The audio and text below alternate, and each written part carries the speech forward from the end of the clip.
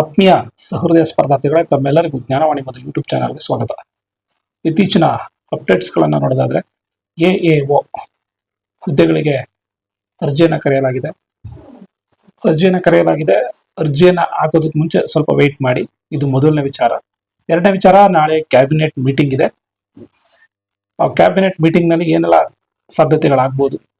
ಇನ್ನು ಮೂರನೇ ವಿಚಾರ, ಏನು ಒಳ ಮೀಸಲಾತಿ ಅನ್ವಯಿಸಿದ ನೇಮಕಾತಿಗಳು ಪ್ರಾರಂಭ ಆಗಿದೆ, ಅದಕ್ಕೆ ಆಲ್ರೆಡಿ ಕೋರ್ಟ್ಗೆ ಅರ್ಜಿಯನ್ನು ಹಾಕಲಾಗೈತೆ. ಅಂದ್ರೆ ಮೂರು ವಿಚಾರಗಳ ಬಗ್ಗೆ ಇದ್ದೀರಾ ನಾವು ಚರ್ಚೆ ಮಾಡೋಣ. ಮೊದಲನೆಯ ವಿಚಾರ ಏನು ಅಂದ್ರೆ, ಹೊಸದಾಗಿ ಹುದ್ದೆಗಳನ್ನ ಕರೆದಿರ್ತಕ್ಕಂಥದ್ದು. ಎ ಹುದ್ದೆಗಳನ್ನ ಮೊದಲ ಬಾರಿಗೆ KPSC ನಲ್ಲಿ ಕರೆಯಲಾಗಿತ್ತು. ಕರೆದಂತ ಸಂದರ್ಭದಲ್ಲಿ ಒಳ ಮೀಸಲಾತಿಯನ್ನು ಅನ್ವಯಿಸದೆ ಇದೊಂದು ನೋಟಿಫಿಕೇಶನ್ ಹೊರಡಿಸಲಾಯಿತು. ಆಗ ಏನಾಯ್ತು ಅಂದ್ರೆ, ಒಳ ಮೀಸಲಾತಿ ಅನ್ವಯಿಸಿ ಹೊರಡಿಸಬೇಕಾದ್ರಿಂದ ನೋಟಿಫಿಕೇಶನ್ ರದ್ದಾಯಿತು. ಅದನ್ನ ವಾಪಸ್ ತಗೊಂಡ್ರು. ಅದಾದ ನಂತರ ಈಗ ಮತ್ತೆ KA ನಲ್ಲಿ ಅದನ್ನ ನೋಟಿಫಿಕೇಶನ್ ಅನ್ನ ಬಿಡುಗಡೆ ಮಾಡಲಾಗೈತೆ. ನೋಟಿಫಿಕೇಶನ್ ಆಗಿದೆ. ನೋಟಿಫಿಕೇಶನ್ ಆಗಿರೋದು ಬಹಳ ಖುಷಿಯ ವಿಚಾರ. ಆದ್ರೆ ಇದಕ್ಕೂ ಕೂಡ ಕಾನೂನಿನ ತೊಡಕು ಇದೆ. ನೋಟಿಫಿಕೇಶನ್ ಹೊರಡಿಸಿದ್ದಾರೆ, ಮತ್ತೆ ಏನೆಲ್ಲ ಸಮಸ್ಯೆಗಳಿದೆ ಅನ್ನೋದನ್ನ ನೋಡೋಣ. ಮೊದಲನೇದಾಗಿ ಏನು ಅಂದ್ರೆ, ಪ್ರತಿ ಬಾರಿ ನೋಟಿಫಿಕೇಶನ್ ಹೊರಡಿಸಿದಾಗ ನೋಟಿಫಿಕೇಶನ್ ವಾಪಸ್ ಮಾಡಿದಂಥ ಸಂದರ್ಭದಲ್ಲಿ ಅಪ್ಲಿಕೇಶನ್ ಏನ್ ಹಾಕಿರ್ತಾರೋ ಅವ್ರಿಗೆ ಮತ್ತೆ ಅವ್ರನ್ನ ಪುನರಾವರ್ತನೆ ಅಪ್ಲಿಕೇಶನ್ ಹಾಕದಂತೆ ಅದೇ ಅಪ್ಲಿಕೇಶನ್ ನಂಬರ್ ಅನ್ನ ಮುಂದುವರಿಸುವಂತಹ ಅವಕಾಶವನ್ನ ಈ ಒಂದು ಅಪ್ಲಿಕೇಶನ್ ಅಲ್ಲಿ ಮಾಡ್ಕೊಡ್ಬೇಕಿತ್ತು. ನಂತರ ಯಾರ್ಯಾರು ಅಪ್ಲಿಕೇಶನ್ ಹಾಕಿರ್ತಾರೋ ಅವ್ರ ದುಡ್ಡನ್ನ ವಾಪಸ್ ಮಾಡುವಂಥದ್ದು ಅಥವಾ ಮತ್ತೊಂದು ಅಪ್ಲಿಕೇಶನ್ಗೆ ಅದೇ ಅಮೌಂಟ್ ಅನ್ನ ಮತ್ತೆ ಅದೇ ಇದನ್ನ ಯಥಾವತ್ತವಾಗಿ ಮಾಡುವಂತಹ ಕೆಲಸವನ್ನ ಮಾಡಬೇಕಾಗಿತ್ತು. ಇದು ಈ ಒಂದು ನೋಟಿಫಿಕೇಶನ್ ಅಲ್ಲಿ ಆ ರೀತಿ ಯಾವುದೇ ರೀತಿ ಮಾಹಿತಿ ಇಲ್ಲ. ನೆಕ್ಸ್ಟ್ ಏನು ಅಂದ್ರೆ, ಈ ನೋಟಿಫಿಕೇಶನ್ ಅಲ್ಲಿ ಲಾಸ್ಟ್ ಅಲ್ಲಿ ಏನೇನಿದೆ ಅಂದ್ರೆ, ಮುಂದೆ ಏನಾದರೂ ಒಳ ಮೀಸಲಾತಿ ಅನ್ವಯಿಸಿ ಇದು ಮಾಡಬೇಕು ಅಂದ್ರೆ ನಾವು ಅದನ್ನ ಅಳವಡಿಸ್ಕೊಂಡು ನೋಟಿಫಿಕೇಶನ್ ಅನ್ನು ಮಾಡ್ತೀವಿ ಎಂಬುದನ್ನ ಮಾಡಲಾಗಿದೆ. ಬಹುಶಃ ಇದನ್ನ ಮೇಲ್ನೋಟಕ್ಕೆ ನೋಡಿದ್ರೆ ವಿದ್ಯಾರ್ಥಿಗಳ ಪ್ರತಿಭಟನೆ ಏನಿತ್ತು ಅದನ್ನ ತಣ್ಣಗಾಗೋಕೆ ಮಾಡಿದಂತೆ ಮಾಡಿದ್ದಾರೆ ಅಂತ ಕೆಲವೊಂದು ವರ್ಗದ ಜನರು, ಕೆಲವೊಂದು ಯೂಟ್ಯೂಬ್ ಚಾನೆಲ್ಗಳಲ್ಲಿ ಮತ್ತು ಕೆಲವೊಂದು ರಾಜಕೀಯ ವಿಶ್ಲೇಷಕರು, ಅನೇಕ ನೇಮಕಾತಿ ಓದ್ತಕ್ಕಂಥವ್ರು ಈ ವಿಚಾರಗಳನ್ನ ಮಾತಾಡ್ತಾ ಇದ್ದಾರೆ. ಅಂದ್ರೆ ಏನು ನೋಟಿಫಿಕೇಶನ್ ಬಂದಿದೆ, ಇದು ತಾತ್ಕಾಲಿಕ ನಮ್ಮ ಹೋರಾಟವನ್ನ ಸಮನ ಮಾಡೋದಕ್ಕೋಸ್ಕರ ಮಾಡ್ತಾರೆ. ಮುಂದೆ ನೋಟಿಫಿಕೇಶನ್ಗಳು ಆಗಲ್ಲ, ಇದೇ ರೀತಿ ಗೊಂದಲದಲ್ಲಿ ಮಾಡ್ತಾ ಹೋಗ್ತಾರೆ ಅನ್ನೋದು ಒಂದು ಅಭಿಪ್ರಾಯ. ನೆಕ್ಸ್ಟ್ 24ನೇ ತಾರೀಕು ತನಕ ಈ ನೋಟಿಫಿಕೇಶನ್ಗಳನ್ನ ಕಾದು ಹೊರಡಿಸ್ಬೋದಿತ್ತು ಅನ್ನೋದು ಎರಡನೇ ವಿಚಾರ ಕೂಡ ಈ ಒಂದು ನೋಟಿಫಿಕೇಶನ್ ಸ್ಟಾರ್ಟ್ ಆದ್ಮೇಲೆ ಸ್ಟಾರ್ಟ್ ಆಗಿದೆ. ಇನ್ನು 24ಕ್ಕೆ ಏನು ತಾಂತ್ರಿಕ ಸಮಿತಿ ಇದೆ, ತಾಂತ್ರಿಕ ಸಮಿತಿಗೆ ಎಲ್ಲಾ ವರ್ಗಗಳಿಂದ 30ಕ್ಕೂ ಹೆಚ್ಚು ಮನವಿ ಪತ್ರಗಳು ಮಾನ್ಯ CS ರವರ ಬಳಿ ಸಲ್ಲಿಸಿದ್ದಾರೆ.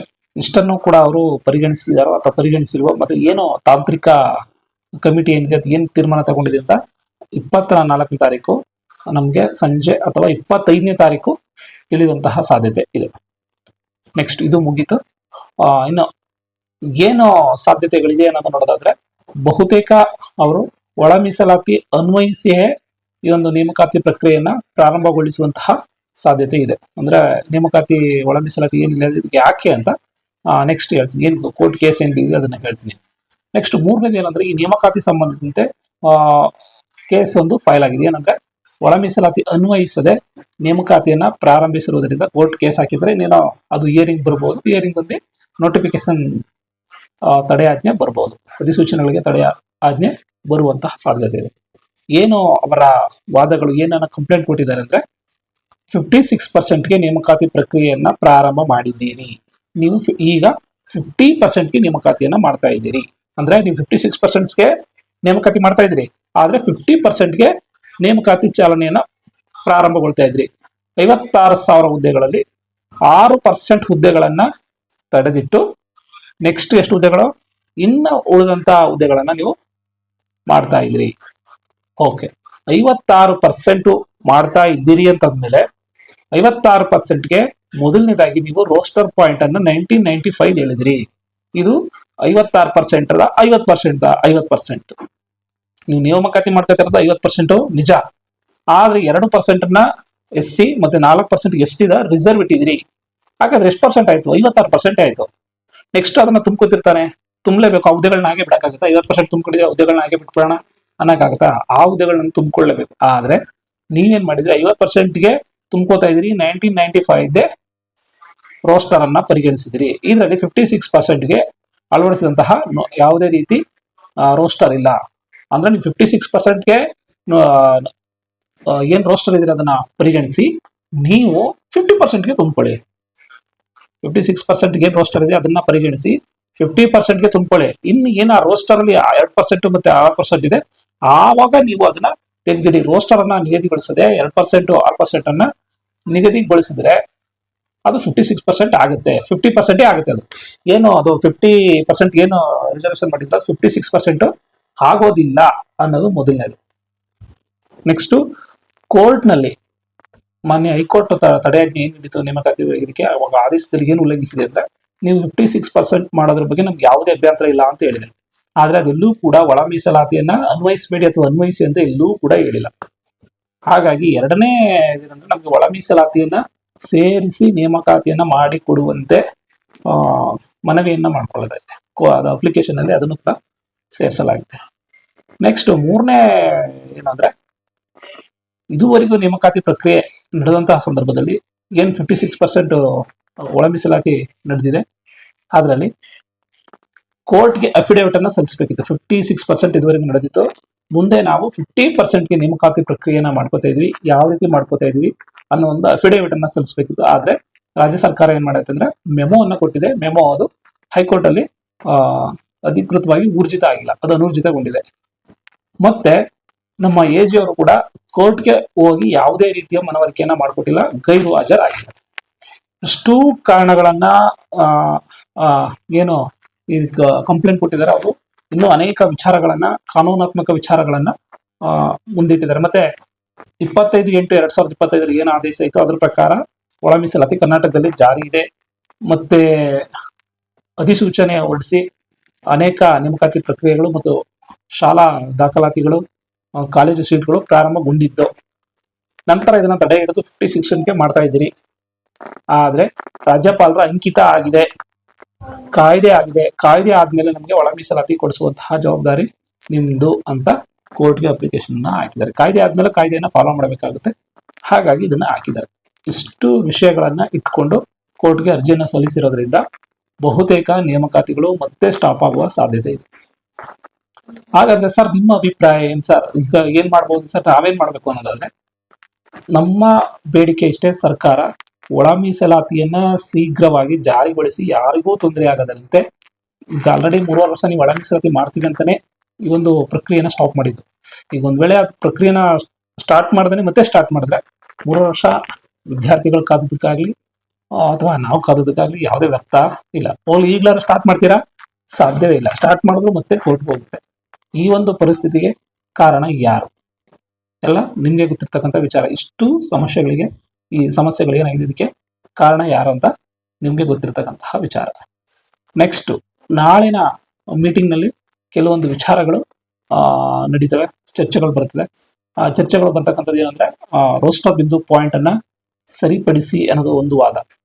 ರೋಸ್ಟರ್ ಬಿಂದುವನ್ನ ಸರಿಪಡಿಸೋದಕ್ಕೆ ಅನೇಕ ಡಿಸ್ಕಷನ್ ನಡೀತಾ ಇದೆ.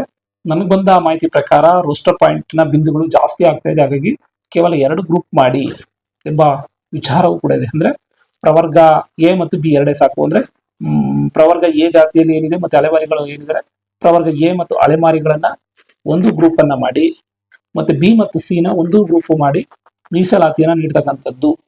ಅದಕ್ಕೆ ಮೀಸಲಾತಿಯನ್ನು ನೀಡಿ ನೆಕ್ಸ್ಟ್ ಬರ್ತಕ್ಕಂಥ ಇದರಲ್ಲಿ ಅಧಿವೇಶನದಲ್ಲಿ ಏನು ಈಗ ಆಲ್ರೆಡಿ ಕಾಯ್ದೆಗೆ ತಿದ್ದುಪಡಿ ತರ್ತಕ್ಕಂಥದ್ದು, ಅಲ್ಲಿ ತನಕ ಸುಗ್ರೀವಾಜ್ಞೆಯನ್ನ ಹೊರಡಿಸಿ ಈ ಒಂದು ರೀತಿ ಮಾಡ್ತಕ್ಕಂಥದ್ದು. ಅಂದ್ರೆ ರೋಸ್ಟರ್ ಪಾಯಿಂಟ್ ಕಡಿಮೆ ಮಾಡ್ತಕ್ಕಂಥದ್ದು ಉದ್ದೇಶ ಹೊಂದಿದೆ.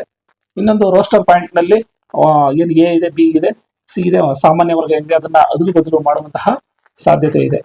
ಇನ್ನೊಂದು ವಿಚಾರ ಏನು ಅಂದ್ರೆ, ಮೂರನೇ ಥಿಂಕಿಂಗ್ ಏನ್ ಬರ್ತದೆ ಅಂದ್ರೆ, ಸಂಪೂರ್ಣವಾಗಿ ಈ ಸದ್ಯಕ್ಕೆ ಒಳ ಮೀಸಲಾತಿ ವಿಚಾರವನ್ನ 56% ಹುದ್ದೆಗಳಿಗೆ ಬೇಡ ಎಂಬ ಚರ್ಚೆಗಳು ಕೂಡ ಬರ್ತಾ ಇದೆ. ಇಷ್ಟು ಚರ್ಚೆಗಳಿದೆ.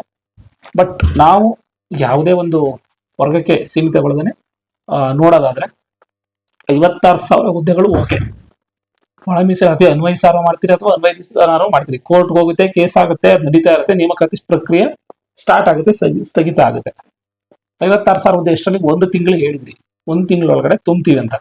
ಈಗ ಒಂದು ತಿಂಗಳು ಮುಗಿದಾಯ್ತು ಅನ್ಕೊಳ್ಳಿ, ನೆಕ್ಸ್ಟ್ ಒಂದು ತಿಂಗಳು ಮುಗಿದಾಯ್ತು, 56,000 ಹುದ್ದೆನೂ ಕಾಲ್ ಮಾಡ್ಬಿಟ್ರು ಅಂತ ಅನ್ಕೊಳ್ಳಿ. What next? ಇನ್ನು 2,50,000 ಹುದ್ದೆಗಳು ಖಾಲಿ ಉಳ್ಕೋತವೆ. ನೆಕ್ಸ್ಟ್ ರಿಟೈರ್ಡ್ ಆದರೆಲ್ಲ ಸೇರ್ಕೊಂಡ್ರೆ 2.5 ಲಕ್ಷ ಹುದ್ದೆಗಳು ಮತ್ತೆ ಬರುತ್ತೆ. ಆ ಹುದ್ದೆಗಳನ್ನ ನೆಕ್ಸ್ಟ್ ಮಂತ್ ಇಂದ ಹೆಂಗ್ ತುಂಬ್ತೀರಾ? ಒಳ ಮೀಸಲಾತಿ ಇಲ್ದೇನೆ. ಹಂಗಂದ್ರೆ ಅವ್ನು ತುಂಬೋದೇ ಇಲ್ವಾ? ಹಿಂಗೆ ಮುಂದೆ ಹೇಳ್ಕೊಂಡು ಹೋಗ್ತೀರಾ? ಈ ಪ್ರಶ್ನೆಗಳು ನಮ್ಮಂತಹ ಓದುವಂತಹ ವಿದ್ಯಾರ್ಥಿಗಳಲ್ಲಿ, ಸ್ಪರ್ಧಾ ಆಕಾಂಕ್ಷಿಗಳಲ್ಲಿ ಮೂಡ್ತಾ ಇದೆ. ಹಾಗಾಗಿ ನಮ್ಮ ಪ್ರಶ್ನೆ ಇದೇನಿದೆ, ಇದು ಒಂದು ದಿನ ಲೇಟ್ ಆದ್ರೂ ಪರವಾಗಿಲ್ಲ, 2.5 ಲಕ್ಷ ಹುದ್ದೆಗಳು ತುಂಬುವಂತೆ ಯಾವುದೇ ರೀತಿ ಕಾನೂನಾತ್ಮಕ ಸಮಸ್ಯೆಗಳು ಬರಬಾರ್ದು. ಯಾರು ಕೋರ್ಟ್ಗೆ ಹೋಗ್ಬಾರ್ದು, ಕೋರ್ಟ್ಗೆ ಹೋದ್ರು ಕೇಸ್ ನಿಲ್ಬಾರ್ದು, ಅವರು ಸ್ಟೇ ತರಬಾರ್ದು, ಸ್ಟೇ ಆಗ್ಬಾರ್ದು. ಹಾಗೆ ಎಲ್ಲಾ ರೀತಿಯಲ್ಲೂ ಮುತುವರ್ಜಿಯನ್ನು ವಹಿಸಿ ಸರ್ಕಾರ ನಿರ್ಧಾರ ಕೈಗೊಳ್ಬೇಕು ಅನ್ನೋದು ನಮ್ಮ ನಿಲುವು. ನಾನು ಒಬ್ಬ ಸ್ಪರ್ಧಾರ್ಥಿಯಾಗಿ ನಾನು 7 ಸರ್ಕಾರಿ ಹುದ್ದೆಗಳನ್ನು ತೆಗೆದುಕೊಂಡು ಓದುವರ ಕಷ್ಟ ಏನು ಅಂತ ನನಗೂ ಗೊತ್ತು. ಅದರ ಅನುಭವಿಸೇ ನಾನು ಹೇಳ್ತಾ ಇದ್ದೀನಿ. ಯಾಕೆಂದ್ರೆ ಒಂದು ಬಾರಿ ಕೋರ್ಟ್ ಹೋಯ್ತು ಅಂದ್ರೆ ಒಂದು ಹುದ್ದೆ ಅದು ಮತ್ತೆ ಬರಬೇಕು ಅಂದ್ರೆ 4-5 ವರ್ಷಗಳಾಗುತ್ತೆ. ಈಗ 4-5 ವರ್ಷಗಳು ಕಳೀತಾ ಇದೆ. ವಿದ್ಯಾರ್ಥಿಗಳ ಓದುವ ಸ್ಥಿತಿ, ಮನಸ್ಥಿತಿ, ಮನಿಸ್ಥಿತಿ, ಪರಿಸ್ಥಿತಿ ಎಲ್ಲವೂ ಹದಗೆಡುತ್ತೆ. ಹಾಗಾಗಿ ಅದಕ್ಕೆಲ್ಲಕ್ಕೂ ಅವಕಾಶ ಆಗ್ಬಾರ್ದು ಅಂದ್ರೆ ಎಲ್ಲದಕ್ಕೂ ಕೂಡ 24ನೇ ತಾರೀಕು ನಾಳೆ ಎಲ್ಲ ಸಮಸ್ಯೆಗಳು ಬಗೆಹರಲಿ ಅಂತ ಪ್ರಾರ್ಥಿಸ್ಕೊತೀನಿ. ನಮ್ಮ ಅಜೆಂಡಾ ಏನು ಅಂದ್ರೆ ನಮ್ಗೆ ಕೋರ್ಟ್ಗೆ ಹೋದ್ರೆ ಯಾವುದೇ ಕೇಸು ಬಿಡಬಾರ್ದು. ನೇಮಕಾತಿಯನ್ನ ಪ್ರಾರಂಭ ಮಾಡಿ, ಒಂದಿನ ಲೇಟಾಗಿ ಪ್ರಾರಂಭ ಮಾಡಿ, ನಮ್ದೇನು ಅಭ್ಯಂತರ ಇಲ್ಲ. 3.5 ವರ್ಷ ಕಾದಿದ್ದೀವಿ, ಇನ್ನೂ ಬೇಕಾದ್ರೆ ಒಂದಿನ ಕಾಯ್ತೀವಿ, 24 25ನೇ ತಾರೀಕು ಗಂಟನೂ ಕಾಯ್ತೀವಿ. ಆದ್ರೆ ನೀವು ಯಾವುದೇ ರೀತಿ ಕೋರ್ಟಲ್ಲಿ ಕೇಸ್ ಬೀಳದಿರೋ ರೀತಿ ನೋಡ್ಕೊಳ್ಳಿ. ಮತ್ತೆ ನಮ್ಗೆ ಕುಂಟು ನೆಪವನ್ನ ಹೇಳಿ ನೇಮಕಾತಿಯನ್ನ ತಡೆ ಹಿಡಿಬೇಡಿ ಅನ್ನೋದೇ ವಿದ್ಯಾರ್ಥಿಗಳ ಆಸೆ, ನನ್ನ ಆಸೆನೂ ಕೂಡ. ಧನ್ಯವಾದಗಳು. Thank you so much.